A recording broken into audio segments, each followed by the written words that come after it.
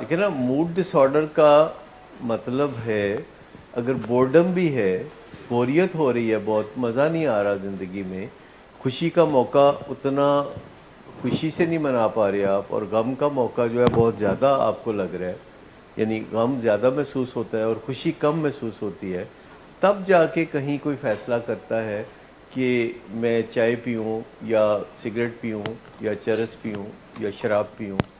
مجھے بتائیں، آپ اکثر ایک فیصلہ تو سب کرتے ہیں نا کہ چلو چائے پینے ہیں، تو کیا ہوتا ہے جو آپ کو بیٹھے بیٹھے خیال آتا ہے کہ چلو چائے پیتے ہیں؟ میں کچھ جاننا چاہوں گا جن لوگوں کو چرس پینے کا تجربہ نہیں ہے، چائے پینے کا تجربہ ہے۔ میں صرف ان سے پوچھ رہا ہوں جن کو چائے پینے کا تجربہ ہے اور چرس پینے سے وہ بھی محروم ہے۔ جو انہوں نے چائے تک ہی محدود رکھا ہے، تو وہ کب چائے پینے کا فیصلہ کرتے ہیں؟ جب انرجیز لو ہوتی ہیں اور موڈ لو ہوتا ہے، سستی چھا جاتی ہے، اور پھر وہ چائے پیتے ہیں۔ وہ ان کے لیے اٹ ورکس، ان کے لیے یہ چیز کام کرتی ہے، تو پھر وہ اسے کرنا شروع کر دیتے ہیں۔ لیکن اس کا کنفرم تو ہو گیا کہ ان کا موڈ اپنے آپ جو ہے آئیڈیل نہیں رہتا، نارمل نہیں رہتا، ان کو مشکلات ہوتی ہیں ڈے ٹو ڈے زندگی گزارنے میں، اور یہ کتنا کامن ہے یہ آپ اچھی طرح جانتے ہیں۔ لیکن 50 سال پہلے لاہور میں کوئی چائے نہیں پیتا تھا، لیکن اس وقت زندگی آج کی نسبت زیادہ آسان تھی اور بھاگ دوڑ اتنی نہیں تھی جو کہ آج ہے۔ آج بندہ کسی سے بات کر رہا ہوتا ہے تو ساتھ اپنے فون کو بھی ٹٹول رہا ہوتا ہے، اور کسی سے بات کر رہا ہوتا ہے تو ساتھ کچھ اور سوچ بھی رہا ہوتا ہے، ساتھ گاڑی چلا رہا ہوتا ہے، ساتھ گاڑی کے باہر دیکھ کے ہاتھ ہلا رہا ہوتا ہے، کئی کام ایک ٹائم پہ وہ کر رہا ہوتا ہے۔ تو ایسے میں اس کے دماغ پہ بوجھ پڑتا ہے نا، اور پھر جب رات آتی ہے تو وہ کہتا ہے میں نے سونا نہیں ہے، میں جاگتے رہنا ہے 3 بجے تک، اور صبح اس کو بعض اوقات اٹھنا پڑتا ہے کیونکہ کوئی پریس کر رہا ہوتا ہے کہ اٹھو، تو پھر اسے صبح کچھ اور کرنا پڑتا ہے، شام کو کچھ اور کرنا پڑتا ہے۔ تو وہ ایک نیچرل جو ریکوائرمنٹ ہے زندگی کی، جو ضرورت ہے، اس کو پوسٹ پون کرتا رہتا ہے، اور پوسٹ پون کرنے کے لیے سہارا لیتا ہے ڈرگز کا۔ تو اس چیز کو تھوڑا سمجھنے کی ضرورت ہے۔ لوگ ضرورت کے تحت موڈ کو اچھا رکھنے کے لیے ڈرگز لیتے ہیں، اور زیادہ تر لوگوں کو ایڈکشن نہیں ہوتی۔ ایڈکشن صرف 10% لوگوں کو ہوتی ہے، ان لوگوں میں سے جو ڈرگز شروع کرتے ہیں، اور باقی لوگ جو ہیں ان کا گزارا مزارا چلتا رہتا ہے کہ موڈ خراب ہوا تو یہ یوز کر لی اور ٹھیک، وقتی طور پر ٹھیک ہو گئے۔ لیکن جو 10% ہیں، ان کے جسم میں ایک خرابی ایسی پیدا ہوتی ہے کہ وہ ڈرگ سے یا الکوہل سے فائدہ صحیح طرح نہیں اٹھا سکتے۔ اس کو ہم کہتے ہیں ایڈکشن یا الکوہلزم، اور یہ ایک فیلڈ ریمیڈی بن جاتی ہے۔ جو ریمیڈی پہلے کام کر رہی تھی اب کام نہیں کر رہی، وہ فیلڈ ریمیڈی بن گئی ہے۔ تو اب آپ کے پاس کیا چوائس؟ نہیں، چوائس کیا ہے آپ کے پاس؟ ری ہیب تو اس چوائس کے لیے جائیں گے نا آپ۔ چوائس کیا ہے؟ جب ری ہیب میں جانا تو اس مقصد کو حاصل کرنا ہے نا، پر وہ مقصد اب کیا؟ اب آپ کیا کریں اگر آپ ڈرگز استعمال کرنے کی پوزیشن میں نہیں رہے؟ موڈ مینجمنٹ سیکھیں گے، اپنے طور پر سیکھیں گے، اور اس کے لیے جو میسر طریقے ہیں اپنے موڈ کو اچھے بنانے کے، ان کو اپنی زندگی کا حصہ بنائیں گے۔ طریقے نہیں سیکھیں گے تو دوبارہ مسئلہ پھر ہو جائے گا۔ لیکن یہاں وہ بات آ جاتی ہے جسے ہم کہتے ہیں میڈیکل نان کمپلائنس، اور میڈیکل نان کمپلائنس بہت کامن چیز ہے، اور اس بات کا پہلے پتہ چلا تھا 1960-70 کی دہائی میں، 1960 یا 70 کی دہائی میں پتہ چلا، کیونکہ سڈنلی کچھ ایسی دوائیاں آ گئیں جن کے بارے میں ڈاکٹرز یہ کہنا شروع ہو گئے کہ یہ کھاتے رہو۔ مثال کے طور پر بلڈ پریشر کی دوائیاں، دل کی دوائیاں، ڈائبٹیز کی دوائیاں، اور مینٹل ڈس آرڈرز کی دوائیاں، شکیزوفرینیا کی دوائیاں، اور بائیپولر ڈس آرڈر کی دوائیاں، یہ باتیں جو ہیں چونکہ منظر عام پر آ گئیں، تو اس وجہ سے جب ڈاکٹرز نے ایک نئی بات کرنی شروع کی، اس سے پہلے ڈاکٹر کبھی یہ بات نہیں کہتے تھے کہ یہ دوائی ہے اس کو کھائی جاؤ۔ اس سے پہلے ڈاکٹر کہا کرتے تھے کہ یہ ملیریا کی دوائی ہے، 2 دن کھا لو، یہ فلاں چیز کی دوائی ہے 5 دن کھا لو، تو وہ ایک شارٹ پیریڈ وہ بتاتے تھے. دیکھنے والی بات یہ ہے کہ یہ کوئی ریولوشن آیا تھا، کوئی انقلاب آیا تھا میڈیکل ٹریٹمنٹ میں کہ جن امراض کا علاج نہیں تھا تو 60-70 کی دہائی میں ان کا علاج آ گیا، اور علاج میں ایک نئی بات آ گئی کہ اب یہ دوائیاں کھاتے رہنا ہے. تو سب سے پہلے ڈاکٹرز کو پتہ چلا کہ مریض ایسا نہیں کرنا چاہتے، وہ یہ پسند نہیں کرتے، وہ یہ سننا نہیں چاہتے کہ ان کا جو مرض ہے وہ دائمی ہے، وہ یہ سننا نہیں چاہتے. ابھی بھی میں آپ کو بتاؤں کہ کسی بھی ڈاکٹر کے لیے مشکل ترین سوال یہ ہوتا ہے کہ جو ڈائبٹیز کا مریض ہے یا بلڈ پریشر کا مریض ہے اور ڈاکٹر کے پاس گیا ہے اور وہ ڈاکٹر سے پوچھتا ہے کہ ڈاکٹر صاحب میں کب تک ٹھیک ہو جاؤں گا، تو ڈاکٹر کو اس سوال کا جواب دینے میں بڑی مشکل پیش آتی ہے. ڈاکٹر یہ نہیں کہہ سکتا کہ آپ کبھی ٹھیک نہیں ہوں گے، آپ کا علاج جاری رہے گا. لہٰذا وہ کہتے ہیں آپ علاج کرتے رہیں، انشاءاللہ بہت جلدی ٹھیک ہو جائیں گے. وہ کہتے ہیں جلدی ٹھیک ہو جائیں گے، گول مول بات کرتے ہیں، جلدی ٹھیک ہو جائیں گے. اور جلدی ٹھیک ہونے کا مطلب وہ کھل کر نہیں بتاتے. مریض سمجھتا ہے کہ جلدی ٹھیک ہو جاؤں گا کہ مطلب یہ ہے کہ میری دوائی چھوٹ جائے گی اور میں پہلے جیسا ہو جاؤں گا. اور ڈاکٹر کہہ رہا ہوتا ہے کہ دوائی اگر آپ کھاتے رہیں گے تو آپ فنکشنل رہیں گے. ڈاکٹر کا مطلب یہ ہوتا ہے، پر کھول کے کوئی نہیں بتاتا اور گول مول بات کرتے ہیں. صرف یہ ڈائبیٹکس انسٹیٹیوٹ میں اسٹریٹ بات کی جاتی ہے کہ جب کوئی پیشنٹ آتا ہے ڈائبٹیز کا اور کہتا ہے کہ میں کب تک ٹھیک ہو جاؤں گا، تو اسے بتایا جاتا ہے کہ آپ علاج جاری رکھیں گے تو آپ ٹھیک رہیں گے، جس دن آپ علاج چھوڑ دیں گے آپ واپس گر جائیں گے. اور یہ بات ان کو بہت بری لگتی ہے. کہتے ہیں ہم تو اتنی دور سے آئے تھے، ہم تو وہاں سے آئے تھے، ہم تو وہاں سے آئے تھے. اسی طرح آپ ولنگ بیس کی پالیسی بھی دیکھ لیں، کیونکہ یہ پالیسی میچور ہوئی ہے اوور 45 ایئرز. یہ پالیسی میچور ہوئی ہے، ہم نے یہ کہنا سیکھا ہے کہ سچ یہ ہے، یہ کہنا سیکھا ہے. اور یہ آسان نہیں ہے. آپ کبھی ٹرائی کریں، کسی بھی ڈاکٹر کے پاس جائیں تو وہ آپ کو ہمیشہ یہ نوید مسرت سنائے گا. نوید مسرت تو آپ جانتے ہی ہوں گے. تو وہ نوید مسرت یہ سنائے گا کہ بس آپ جلدی ٹھیک ہو جائیں گے اب بس. لیکن وہ اتنی کرج کے ساتھ کہہ نہیں سکتا کہ سائنس یہ کہتی ہے، سچ یہ ہے. تو ہم آپ کو بتاتے رہتے ہیں کہ دیکھیے سائنس یہ کہتی ہے، سچ یہ ہے. گوگل پہ جا کے سرچ کر لیں، یوٹیوب پہ جا کے سرچ کر لیں، انویسٹیگیشن کر لیں، پتہ کر لیں، دنیا کے اچھے سے اچھے ٹریٹمنٹ سینٹرز سے پتہ کر لیں کہ سچ یہ ہے جو بات ہو رہی تھی. یہی کڑوا گھونٹ پینے کی ضرورت ہے کہ کچھ بیماریوں کا علاج تا زندگی جاری رہتا ہے اور علاج آسان ہوتا رہتا ہے، علاج فائدہ مند ہوتا رہتا ہے.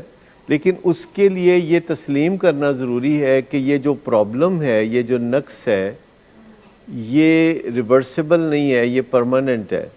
ٹریٹمنٹ کے ساتھ، چاہے وہ ایڈکشن کا معاملہ ہو، چاہے ڈائبٹیز کا، چاہے ہارٹ ڈیزیز کا. آپ اگر پوچھیں کہ میری فنکشنالٹی، میرا چلنا پھرنا، تو جواب ہے یس.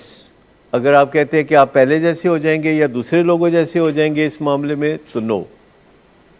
اب یہ بات ڈاکٹرز کہہ کے کوئی پھر یہ توقع نہیں رکھتے کہ ان کے گلے میں پھولوں کے ہار ڈالے جائیں. کوئی بھی انسان نشہ، جسے ڈرگز کہتے ہیں، ویسے نہیں شروع کرتا. ویسے اس کو لگتا ہے کہ میں ویسے ہی شروع کر رہا ہوں.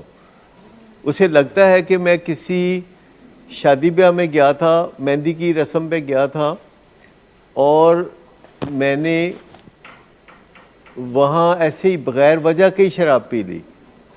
بغیر وجہ کے کوئی شراب نہیں پیتا، نہ پاکستان میں، نہ افغانستان میں اور نہ امریکہ میں. بغیر وجہ کے کوئی نہیں پیتا.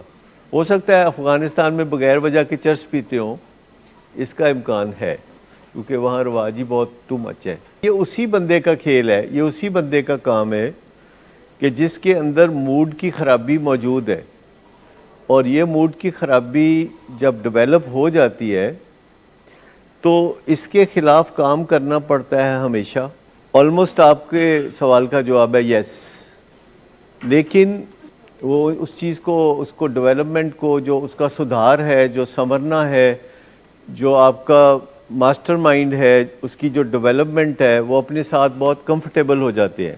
اور وہ ینگ لڑکا ہے 22-23 سال کا جو کہ آسٹریلیا پڑھنے گیا اور وہاں اس کو او سی ڈی اور موڈ ڈس آرڈر اور اس طرح کے پرابلمز ہو گئے اور اس کو خیال ہونے لگا کہ اس کو کوئی خطرناک بیماریاں ہیں اور وہ تقریباً ہر طرح سے اس کی صحت خراب ہو گئی، جسمانی طور پر، نفسیاتی طور پر، سماجی طور پر. سال پہلے جو ہے ان کا جب علاج شروع کیا تو وہ ہر بات مان رہے تھے، پھر ٹھیک ٹھاک ہو گئے تو انہوں نے پوچھنا شروع کر دیا کہ کاؤنسلنگ کب تک، دوائیاں کب تک. تو ہم نے بولا کہ ہمیں نہیں پتہ کب تک، ہمیں لگتا ہے کہ آپ کا اور ہمارا تعلق ہمیشہ کے لیے ہے، ہم نہیں کبھی توڑنا چاہیں گے، آپ توڑنا چاہیں تو آپ کی مرضی.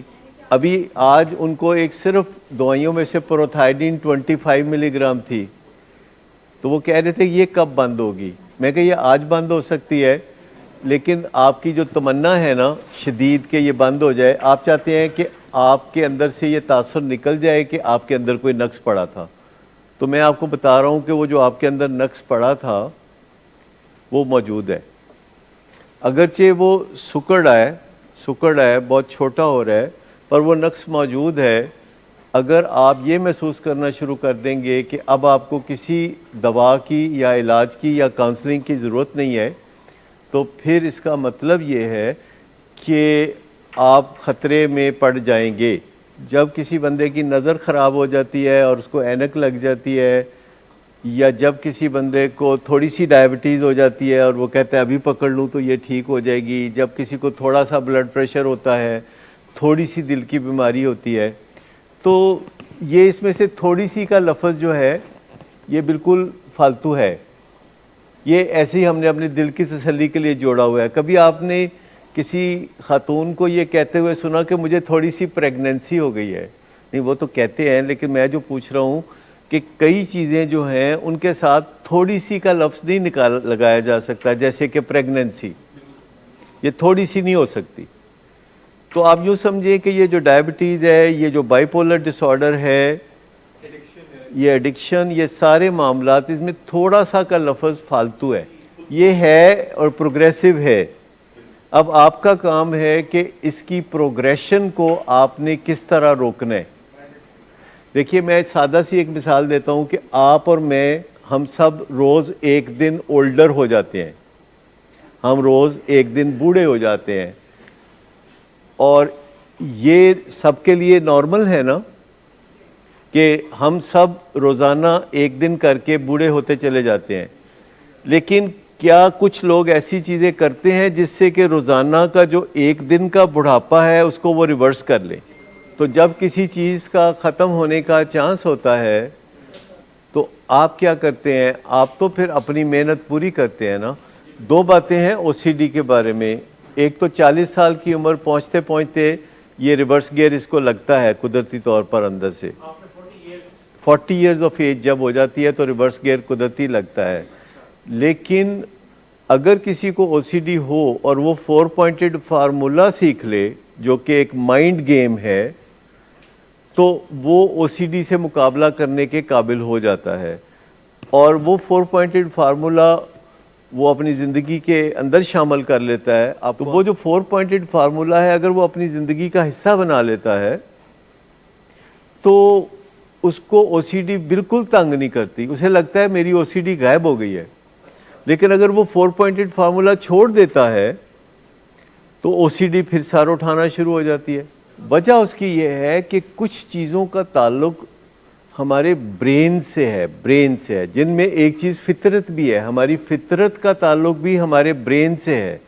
جیسے کئی دفعہ آپ یہ باتیں ایک دوسرے سے کہتے بھی ہیں کہ ہماری جو فطرت ہے وہ تو نہیں بدلی جا سکتی.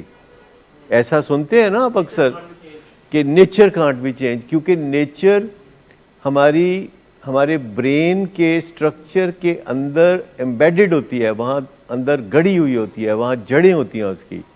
لیکن پھر بھی ہمارا جو مائنڈ ہے جو کہ ایک گروئنگ باڈی ہے، برین گروئنگ باڈی نہیں ہے، برین جو ہے ایک گرون باڈی ہے. یعنی ہمارا جو برین ہے it does not keep growing. یہ 25 سال کی عمر تک گرو کرتا ہے، اس کے بعد فل سٹاپ. تو یہ برین فزیکلی مینٹین کرتا ہے اپنے آپ کو کسی حد تک، کچھ حد تک ریگریس بھی کرتا ہے، لیکن برین ایک گروئنگ باڈی نہیں ہے، سیلف کریکٹنگ باڈی نہیں ہے. اس کو کریکٹ کرنے کے لیے مائنڈ ہے، ماسٹر مائنڈ. اور ماسٹر مائنڈ ہے جو کہ سکل سیکھتا ہے، جیسے سٹریس مینجمنٹ ماسٹر مائنڈ سیکھتا ہے، جیسے کہ او سی ڈی کو کنٹرول کرنا ماسٹر مائنڈ سیکھتا ہے، جیسے کہ آپ کے دل میں کوئی برا خیال آتا ہے اور آپ اپنے آپ کو روکتے ہیں تو یہ ماسٹر مائنڈ ہوتا ہے جو آپ کو کہتا ہے نہ کرو، رک جاؤ. تو مائنڈ کی کیپیسٹی کو بڑھانے کے لیے 6 سورسز ہیں. ایک تو حواس خمسہ، یعنی آنکھوں کے رستے آپ اپنے مائنڈ کو گرو کرتے ہیں، آنکھوں کے رستے. دوسرا کانوں کے رستے. تیسرا ناک کے رستے، آپ انوائرمنٹ کے حوالے سے دیکھتے ہیں کہ کوئی بدبو تو نہیں ہے. اور چوتھا جو ہے ٹیسٹ کے رستے. اور پانچواں جو ہے ٹچ کرنے کے رستے. تو چھٹا کیا ہے؟ سوچ بچار. سارے لوگ ہیں، کوئی چائے والا ہے، ڈھابا ہے جس کا چائے کا، تو اس کو کوئی فرق نہیں پڑتا، وہ آرام سے چائے کا کپ 20 روپے کی بجائے 25 روپے کا کر دے گا، تو اس کو کوئی فرق نہیں پڑتا. کچھ لوگ ہیں جن کے پاس اثاثے ہی اتنے زیادہ ہیں کہ وہ سیلف جنریٹنگ ہو جاتے ہیں، وہ خود کمانے لگتے ہیں، اثاثے خود جنریٹ کرنے لگتے ہیں، ان کو بھی فرق نہیں پڑتا. لیکن ایک لارج حصہ پاپولیشن کا ایسا ہے کہ جن کو مہنگائی افیکٹ کرتی ہے. اب ہم صرف ان لوگوں کے بارے میں بات کر رہے ہیں کہ جن کو مہنگائی بری طرح افیکٹ کرتی ہے. اب میں کہہ رہا ہوں کہ ان لوگوں میں سے کتنے لوگ ہوں گے کہ جو یہ سوچتے ہوں کہ آمدنی کو بڑھانے کا کوئی چارہ کرنا چاہیے؟ بہت کم لوگ. چلیں سے 4%. 4% ہوں تو 96% جو ہیں وہ پھر کیا کرتے ہیں؟ وہ بلیم گیم کھیلتے ہیں، وہ کہتے ہیں فلانا چور ہے، فلانا چور ہے، فلانا ایسا ہے، فلانا ویسا ہے، وہ اس طرح کی باتیں کرتے ہیں. اور 16% ہیں جو بہت زیادہ تنگ ہوں تو کچھ قدم اٹھا بھی لیتے ہیں، اور اگر چل جائے گزارا تو قدم نہیں بھی اٹھاتے. اور 80% ان میں سے جن کو بہت ضرورت ہے پیسے کی، 80% ان میں سے بالکل اس بارے میں سوچ بچار نہیں کرتے کہ وہ اپنی آمدنی بڑھائیں، اور بلکہ وہ روپے پیسے کو کافی بری چیز سمجھتے ہیں. آپ کو کبھی کوئی لوگ ملے ہیں کہ جو روپے پیسے کو بہت بری چیز سمجھتے ہو؟ نہیں، بڑے لوگ ہوتے ہیں جو کہتے ہیں پیسہ ہاتھ کی میل ہوتا ہے. تو ظاہر ہے میل تو آپ نہیں چاہیں گے نا آپ کے اوپر چڑھے، بلکہ لوگ اور بھی بڑے بڑے برے لفظ بھی بولتے ہیں. جیسے امیروں کے بارے میں سوچنا کہ ڈرٹی فلتھی رچ لوگ. اگر کوئی بندہ رچ لوگوں کے بارے میں یہ سوچتا ہے کہ وہ ڈرٹی فلتھی رچ ہوتے ہیں تو وہ خود کبھی امیر ہوگا؟ جیسے اگر کوئی سوچتا ہو کہ کرکٹر بہت فضول لوگ ہوتے ہیں تو وہ کرکٹر بن سکتا ہے؟ نہیں بن سکتا نا. تو آپ کو سیلف امیج پہ بھی کام کرنے کی ضرورت ہوتی ہے. کئی لوگ سمجھتے ہیں کہ غریب ہونا بہت مقدس ہونا بھی ہے. مطلب وہ کسی جگہ انہوں نے اپنی کوئی تعریف کرنی ہو نا، کہتے ہیں جی میں تو غریب آدمی ہوں. مطلب وہ اس چیز کو اس طرح پورٹرے کرتے ہیں کہ جیسے غریب ہونا بہت نیک ہونا ہے، غریب ہونا بہت گڈ ہونا ہے. وہ اس طرح بات کرتے ہیں کہ یا کہتے ہیں سر جی میں غریب آدمی ہوں، میرے نکے نکے بچے نہیں. تو نکے نکے بچے ہونا بھی بہت خوبی ہے کہ کسی بندے کے نکے نکے بچے ہوں کافی سارے. تو وہ کہہ رہے جی میں غریب آدمی ہوں اور میرے نکے نکے بچے ہیں، یہ میری 2 کوالیفیکیشن ہے. اچھا، کئی لوگ کہتے ہیں ساری عمر میں نے کام کیا ہے پر میں نے گھر نہیں بنایا، that means I am honest. کئی لوگ ایسے بھی سوچتے ہیں. یہ سب متس ہیں، آپ کو ان میں سے نکلنا ہے کہ اگر مہنگائی ہے جو کہ ساری دنیا میں ہے، اور یہ اس وجہ سے ہے کہ انسانوں نے 2 سال کام نہیں کیا. دنیا بھر میں انسانوں نے 2 سال کام نہیں کیا، اور کرونا کی وجہ سے پاکستان جیسے غریب ملک نے $2 ارب کی ویکسین استعمال کی اور کام کیا، لاک ڈاؤن اور بہت سارے اس طرح مسئلے. تو اب کوئی بندہ کا سربراہ 2 مہینے کام نہیں کرتا تو اس گھر کے کیا حالات ہوتے ہیں؟ برے. اور جب کوئی ملک میں لوگ 2 سال کام نہیں کرتے یو کے میں امریکہ میں تو وہاں بھی بہت برے حالات ہوتے ہیں. اگر امریکہ اور یو کے میں لوگ غربت سے پریشان ہیں یا مہنگائی سے پریشان ہیں, ایکچولی صحیح تو بات یہ ہے کہ لوگوں کو مہنگائی سے پریشان نہیں ہونا چاہیے, غربت سے پریشان ہونا چاہیے. اس میں فرق کیا ہے؟ جب آپ کہتے ہیں کہ مہنگائی بہت ہے تو آپ کہتے ہیں کہ میرا پرابلم نہیں ہے, یہ کسی اور کا پرابلم ہے. اور جب آپ کہتے ہیں کہ میری آمدنی کم ہے, اچھا کتنے لوگوں کو کبھی آپ نے کہتے سنا ہو کہ میری آمدنی کم ہے؟ کبھی سنا کسی سے کوئی بندہ کہتا ہو میری آمدنی؟ لوگ کہتے ہیں میرا سویٹر چھوٹا ہو گیا ہے. کبھی کسی کا سویٹر یا کپڑا چھوٹا ہو جاتا ہے؟ آدمی بڑا ہوتا ہے. کبھی آپ لاہور آتے ہیں تو آپ کہتے ہیں لاہور آ گیا. کبھی آپ آتے ہیں لاہور کے لاہور آ جاتا ہے؟ جی لاہور آتا ہے بھائی, آپ آتے ہو لاہور. تو انسان کبھی بھی کوئی ذمہ داری قبول نہیں کرنا چاہتا. یہ ہے بنیادی پرابلم کہ وہ کہتا ہے کہ میں ذمہ داری کو دور ہی رکھوں. میں یہ نہ کہوں کہ میں لاہور آیا ہوں, کیونکہ اگر میں لاہور آیا ہوں تو میرے پہ کوئی ذمہ داری ہے کہ میں لاہور آ کے پھر کوئی کام کاج کروں. لیکن اگر لاہور آ گیا ہے تو لاہور آپ ہی کام کرے گا. تو انسانوں نے شروع سے اپنے لیے یہ غیر ذمہ داری کی زندگی کا جو انتخاب کر رکھا ہے, اور بہت سارے لوگ پھر اس وجہ سے نقصان بھی اٹھاتے ہیں. لیکن کچھ لوگ ہیں جو پہلے سے ہی سوچتے رہتے ہیں کہ مہنگائی تو ہوگی, کیونکہ یہ کافی عرصے سے ہم سنتے آ رہے ہیں, 100-200 سال سے, پتہ نہیں اس سے بھی پہلے ہم سنتے آ رہے ہیں کہ مہنگائی بہت ہے. آپ نے کب سے سننا شروع کیا مہنگائی بہت ہے؟ تقریباً کوئی 110 سال پہلے میری پھپھو جو کہ میرے والد کو پالتی تھیں, انہوں نے کہا کہ پتر میں تینوں داخل نہیں کرا سکتی اسکول سے, مہنگائی بہت ہے. 110 سال پہلے. اور ان کو انہوں نے مہنگائی کی وجہ سے اس زمانے میں پڑھانے سے منع کر دیا. تو یہ ایک فینومینا ہے جو چلتا رہتا ہے. اس بارے میں اگر کوئی شخص دیکھے گا, اگر کوئی شخص یہ نہیں کرے گا کہ 5 سال میں اس کی آمدنی دگنی ہو جائے, اگر کوئی بندہ اس بات کا انتظام نہیں کرے گا کہ 5 سال کے اندر اس کی آمدنی دگنی ہو جائے, تو اس کو اپنا لائف سٹائل نیچے گرانا پڑے گا. اس کو اپنا لائف سٹائل نیچے گرانا پڑے گا, کیونکہ سیم لائف سٹائل کے لیے 5 سال میں آپ کی آمدنی کا دگنا ہو جانا ضروری ہے, جس کا مطلب ہے کہ سالانہ 20% آپ کی انکریمنٹ ہونی چاہیے. اور یہ کانشیسلی سوچیں گے تو 20% نہیں تو 15% تو ہو ہی جائے گی. ویسے جو لوگ سوچتے ہیں 20% کا, وہ 40% انکریز کر لیتے ہیں. یہ نہیں وجہ ہوتی کہ وہ بہت بہادر ہیں, وجہ یہ ہوتی ہے کہ دوسرے لوگ جو کوشش نہیں کر رہے ہوتے. اگر آپ کسی دوڑ میں ہوں اور آپ تیز نہ بھی بھاگ سکتے ہوں, تو جو دوسرے لوگ دوڑ میں ہیں وہ بالکل ہی تیز نہ بھاگ سکتے ہوں, تو پھر نتیجہ کیا نکلے گا؟ آپ جیت جائیں گے. سمپل سی بات ہے کہ آپ جیت جائیں گے. ٹھیک ہے نا. تو ہمیں پاکستان میں بڑی آسانیاں ہیں. پاکستان میں بہت سارا برین باہر چلا گیا ہے, برین ڈرین ہو گیا ہے. پاکستان کے بہترین لوگ باہر چلے گئے ہیں, اور باقی جو پیچھے رہ گئے ہیں وہ ان کو بڑی آسانی ہے. کبھی آپ نے اس پہلو سے سوچا کہ ان کو کتنی آسانیاں ہیں کہ جو ہمت والے لوگ تھے, جو کریج والے لوگ تھے, جو کمپیٹنٹ لوگ تھے, جو بے صبرے بھی تھے, جو چھلانگے بھی مارتے تھے, تو وہ چلے گئے سارے. اور اب آپ کی جو ریس ہے اس میں ٹلے مٹھے لوگ ہیں ہم سب جیسے. ہمت کریں تو سب کچھ ہو سکتا ہے, کیونکہ وسائل اب ہماری ہی ہیں. جو چلا گیا سو چلا گیا. جو ملک سے چلا گیا یہ ملک اس کا نہیں ہے, یہ ملک اس کا ہے جو اس ملک میں ہے, جو رہ رہے یہاں پہ. تو اس کو پوری طرح اگر ہم اپنا لیں اور اپنے حالات پہ غور و خوض کریں تو بڑا فائدہ ہو سکتا ہے. ہمارے اندر وہ جو ولنریبلٹی ہے, ہمارے اندر وہ جو کمزوری ہے وہ موجود ہے. بہادر بننے کی ضرورت کوئی نہیں ہے.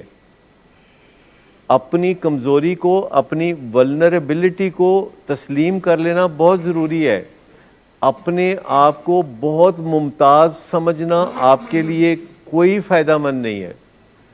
اگر آپ یہ سمجھیں گے کہ آپ بہت اونچے اور ممتاز ہیں تو بس سمجھیں دھوبی پٹرا پڑنے ہی والا ہے.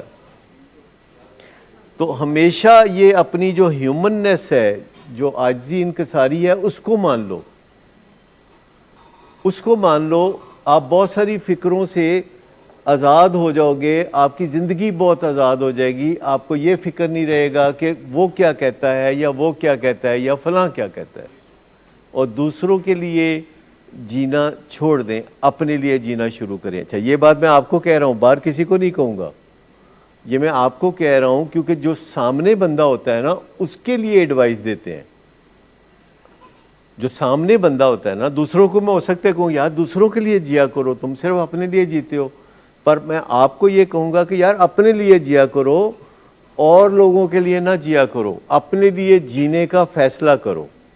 یہ میں آپ کو کہہ رہا ہوں صرف، کیونکہ جو ایڈوائس ہوتی ہے وہ کسی بندے کے لیے خاص ایڈوائس ہوتی ہے. کہ جب میں آپ کو دیکھتا ہوں تو میں کہتا ہوں یار بھرپور زندگی گزارو، اپنے لیے جیو، یہ پرواہ چھوڑ دو کہ لوگ کیا کہتے ہیں. اپنی زندگی کو ریفائن کرو، نشو نما کرو، مزیدار بناؤ، اور ایسا آپ چاہو تو کر سکتے ہو.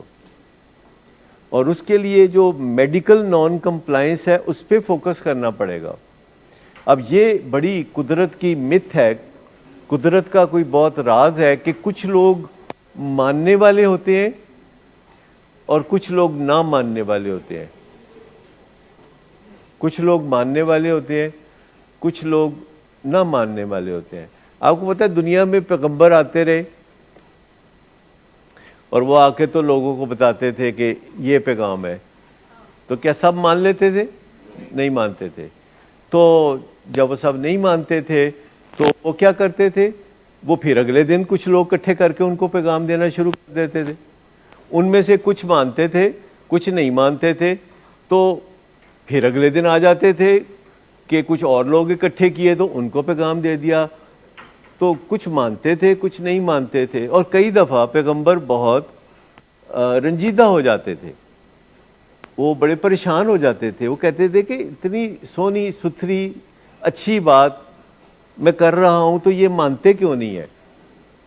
تو پھر اللہ تعالیٰ ان کو بتاتا تھا کہ تہاڈا کم پیغام دینا ہے، مننے یا نہ مننے یہ تہاڈا کام ہی نہیں.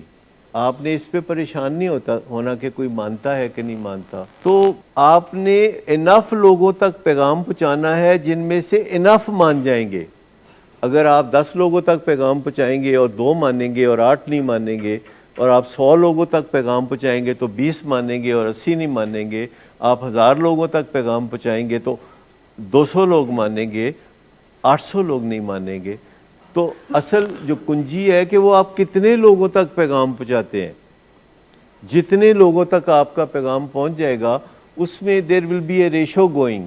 دوبارہ یہ ایک اور آپشن ہے آپ کے پاس کہ آپ ہر دفعہ نئے لوگوں کے پاس جانے کی بجائے 2-4 واری پرانے لوگوں نے بھی پھر دوبارہ پیغام پہنچا دو، شاید ان من جان.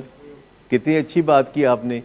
تو 2 ٹولز ہیں آپ کے پاس کہ نئے لوگوں کے ساتھ ٹرائی کر لیں، آپ جو بھی سکل ان تک پہنچانا چاہتے ہیں، یا پرانے لوگوں کو دوبارہ بتا دیں کہ کیا اب وہ تیار ہیں. دونوں چیزیں کامیاب ہوتے دیکھی ہیں، دونوں چیزیں کارآمد ہوتی دیکھی ہیں. اور جو ہمارے پیشنٹس ہیں روز دیکھتے ہیں کہ کوئی شروع میں آتا ہے تو وہ بالکل انکلائنڈ نہیں ہوتا، بالکل ماننے کے لیے تیار نہیں ہوتا. چند دن کے بعد اللہ تعالیٰ اس کے ذہن میں ڈالتا ہے تو وہ تیار ہو جاتا ہے. اور کئی دفعہ تو وہ بہت غصے میں ہوتے ہیں، کئی دفعہ اپنے گھر والوں کے ساتھ بہت غصے میں ہوتے ہیں، کئی دفعہ ہمارے ساتھ بہت غصے میں ہوتے ہیں، کئی دفعہ پھر راضی ہونا شروع ہو جاتے ہیں، پھر ان کی نظروں میں محبت آنی شروع ہو جاتی ہے. دس از ہیومن بینگ کہ جو پتھر نہیں ہے وہ پگھلتا ہے. ایک پتھر ہوتا ہے جو پگھلتا نہیں، پر انسان جو ہے وہ پتھر نہیں ہوتا، وہ پگھلتا ہے. سمجھ اس کو آ جاتی ہے. اس کو صحیح اسٹریٹ بات کرنے کی ضرورت ہوتی ہے، کیونکہ کئی دفعہ خام خواہ کی جو شرطیں لگاتا ہے کوئی تو ہم اس کی شرطوں کے پیچھے چلنا شروع کر دیتے ہیں، لاڈ پیار میں اس طرف چلنا شروع کر دیتے ہیں. یاد رکھیں کہ لاڈ پیار سے کچھ حاصل نہیں ہوتا. یہ جس کو آپ نے لاڈ کیا اس نے پھر آپ کو تنگ کرنا ہے. یہ یاد رکھیں کہ دنیا میں بہت سوچ سمجھ کے ناپ تول کے بندے کو لاڈ پیار کریں. جس سے بھی آپ نے لاڈ پیار کرنا ہے پہلے اس کا جو ہے پورا انالیسس کرائیں, پہلے اس کا پورا جیتے جی پوسٹ مارٹم کر دیں اس کا. بچوں کے ساتھ ہی بات کر رہا ہوں, ان کی بات ہی کر رہا ہوں. لیکن جس سے بھی آپ نے زندگی میں پیار کرنا ہے, اگر آپ نے کسی کو پیار کرنا ہے, یہ انمول چیز کسی کو آپ نے دینی ہے, تو آپ یاد رکھیں کہ سوچ سمجھ کے کرنا ہے. اس بندے کا پہلے جو ہے لیبارٹری میں معائنہ کرانا ہے, اور بہت اچھی طرح اس کا ایک ایک فائبر جو ہے آپ نے چیک کرنا ہے, گرے کھول کھول کے دیکھنا ہے, پھر آپ نے کسی بندے کو پیار کرنا ہے. ورنہ آپ نے جس سے پیار کیا اسی کے اندر یہ ہمت پیدا ہوگی کہ وہ آپ کو تنگ کرے گا. جس سے آپ لاڈ کریں گے وہ اس کو ٹرانسلیٹ کرے گا کہ یہ مجھے تنگ کرنے کا لائسنس مل گیا ہے. جب ہمارا لاس ہوتا ہے ہم انسانوں کا, ہماری زندگی میں کوئی قیمتی بندہ چلا جاتا ہے دنیا چھوڑ کے, تو ہم پہلے دن کیا کرتے ہیں, ہم تیسرے دن کیا کرتے ہیں, ہم 10ویں دن کیا کرتے ہیں, پھر ہم 40ویں دن کیا کرتے ہیں, پھر ہم سال کے بعد کیا کرتے ہیں؟ سیم نہیں. تو اس کا مطلب یہ ہے کہ ہم ایکسیپٹ کر لیتے ہیں کہ وہ بندہ چلا گیا ہے, اب ہمیں اس کے بغیر جینا ہے. تو اسی طریقے سے جب ہمیں پتہ چل جاتا ہے کہ ہمارے بچے کو یہ مسئلہ ہے تو ہم اس کے لیے رونا دھونا کر لیتے ہیں. اور جب میرے ساتھ آپ ملنے آتے ہیں تو میں سب سے پہلے یہ کہتا ہوں بہت افسوس ہوا آپ کے ساتھ یہ واقعہ ہو گیا. جب بھی کسی کا کوئی نقصان ہوتا ہے تو آپ جا کے کہتے ہیں کہ بھائی بہت افسوس ہوا کہ آپ کا یہ نقصان ہو گیا. اس سے ہمیں ایکسیپٹ کرنے میں مدد ملتی ہے اور ہم نیکسٹ سٹیج پہ چلے جاتے ہیں کہ چلو جو ہونا سی ہو گیا ان میں ایک ہی کرنا ہے. تو پھر جب آپ اگلی سٹیج پہ جاتے ہیں تو پھر آپ دیکھتے ہیں کہ اب بیسٹ کیا کیا جا سکتا ہے, کیونکہ جو کچھ بھی ہوتا ہے وہ لوگوں کے ساتھ ہوتا ہے, میرے ساتھ, آپ کے ساتھ, سب کے ساتھ, اور زید, عمر, بکر کے ساتھ, سب کے ساتھ ہوتا ہے. پر سب کا رسپانس ایک جیسا نہیں ہوتا. کچھ کا رسپانس ہوتا ہے ایز ایکسلنٹ, اور کچھ کا رسپانس ایسا ہوتا ہے جو کہ ان کو تکلیف دیتا رہتا ہے ہمیشہ کے لیے, اور ان دونوں حدوں کے درمیان لوگوں کا رسپانس ہوتا ہے. لیکن ہم سب خوش قسمت ہیں کہ ہم 21ویں صدی میں جی رہے ہیں, اور بہت سارے مسئلے, ماہ صبح چند مسئلوں کے بہت سارے مسئلوں کا حل نکل آیا ہوا ہے. ابھی ٹیررزم کا کوئی حل نہیں نکلا, چلیں مان لیتے ہیں ہمیں اس کا کوئی مسئلہ بھی نہیں ہے, لیکن ایڈکشن کا حل ہے, بائی پولر کا حل ہے, ڈائبٹیز کا حل ہے, ہارٹ ڈیزیز کا حل ہے. لیکن اس کو ایسے ٹیک اپ کرنا پڑے گا کہ جیسے یہ میرا مسئلہ ہے, یہ کسی کا مسئلہ نہیں جو مجھے آ گیا ہے, یہ ایسے ٹیک اپ کرنا پڑے گا. آپ کو اس مسئلے کو حل کرتے ہوئے اونرشپ لینی پڑے گی, اپنانا پڑے گا کہ ہاں یہ میرا بچہ ہے, یہ میرا مسئلہ ہے. ٹھیک, اگر ہمسائے کا بچہ ہوتا تو میرا مسئلہ نہیں تھا, پھر وہ ہمسائے کا مسئلہ تھا. تو جب ہم اس کی اونرشپ لے لیتے ہیں تو پھر ہم دیکھتے ہیں کہ ہمارے پاس کون کون سے انسان ہیں جو مدد کر سکتے ہیں. تو ہمارے پاس کچھ انسان ہوتے ہیں جو مدد کر سکتے ہیں. جی, ہمیں پتہ ہوتا ہے کہ اگر کسی کو بائی پولر ڈس آرڈر ہے تو یہ امپورٹ ہو کے نہیں آیا امپورٹڈ حکومت کی طرح, وہ کرتے ہیں, اسی وجہ سے کرتے ہیں. لیکن ہم کچھ باتیں جو ہیں پھر ان کو سمجھاتے ہیں, اور ہمیں حد ادب بھی بڑی مقصود ہوتی ہے. لیکن ہم پوچھتے ہیں کہ فیملی میں اور کسی کو, اور یوزولی لوگ اس کا جواب دیتے ہیں کہ نہیں, جبکہ فیملی میں اور کسی کو ہوتا ہے, کسی مقدس انسان کو, کسی مقدس رشتے کو, جس کے بارے میں ہم ہمیشہ یہ کہنا چاہتے ہیں کہ وہ تو قائد اعظم تھا, اور وہ تو علامہ اقبال تھا. اور ہم اپنے بڑوں کی تعظیم میں اپنے بڑوں کی بیماریوں کو ڈینائل کی نظر سے دیکھتے ہیں. ایسا نہیں ہوتا کہ ہمارے پاس کوئی بائی پولر والا پیشنٹ آئے یا شکیزوفرینک پیشنٹ آئے, اور ہم جب ایکسپلور کریں تو پیچھے کہیں چچا, تایا, خالہ, ماموں, پھپھو کو یہ مسئلہ نہ ہو. کسی نہ کسی کو ہوتا ہے, پر ہم فرض کر لیتے ہیں کہ کسی کو ہے, یہ جو بتانا نہیں چاہتے تو کوئی بات نہیں. تو یہ بات جو ہے, یہ جو بائی پولر ڈس آرڈر ہے, یہ نفسیاتی مرض نہیں ہے, یہ اعصابی مرض ہے, برین ڈس آرڈر ہے, یہ جسمانی بیماری ہے. بائی پولر ڈس آرڈر جسمانی بیماری ہے